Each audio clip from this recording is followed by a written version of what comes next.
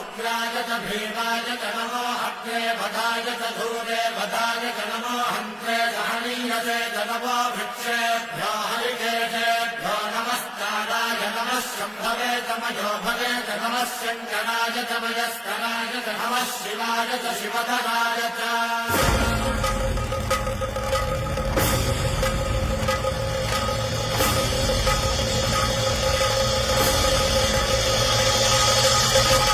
अंड ब्रह्मांड कोटि अखिल परि